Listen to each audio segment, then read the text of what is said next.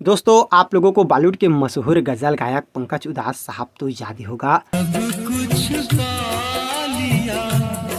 और पंकज उधास साहब ने बॉलीवुड को इतने सारे हिट गीत दिए हैं जो कि एक एक करके बताना बहुत ही मुश्किल है।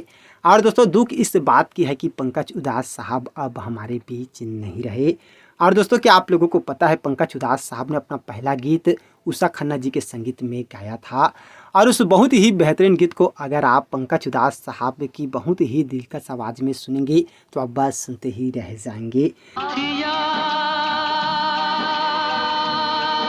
जी दोस्तों, 1972 में एक फिल्म आई थी। फिल्म का नाम है कामना। और इस फिल्म में गीत था, गीत के बोल हैं, तुम कभी सामने आ जाओ तो पूछूं तुमसे।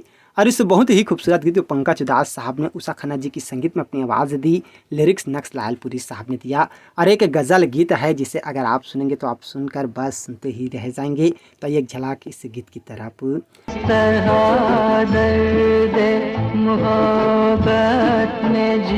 भले ही दोस्तों ये गीत जो है वो उतना ज़्यादा कमाल नहीं कर सका।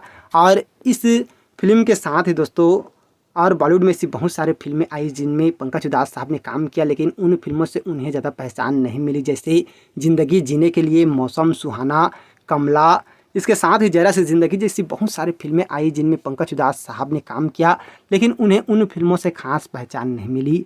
और पंकज उधास साहब को खास पहचान मिली 1986 की फिल्म नाम से। और गीत के बोल हैं, चिट्ठी आई है, चिट्ठी आई है।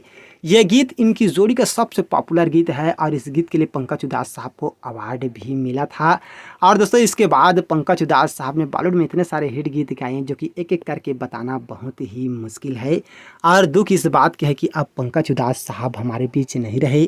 तो हम लोगों की तरफ से पंकज उधास साहब को भावपूर्ण श्रद्धांजलि। और आप जहाँ भी रहें, खुश रहें, आबाद रहें, हम लोगों की यही दुआ है। तो दोस्तों, और ऐसे ही पंकज उधास साहब से जुड़ी जानकारी के लिए अगर अभी तक आप लोगों ने हमारे चैनल को सब्सक्राइब नहीं किए हैं तो प्लीज़ दोस्तों हमारे चैनल को ज़रूर सब्सक्राइब कीजिएगा। धन्यवाद।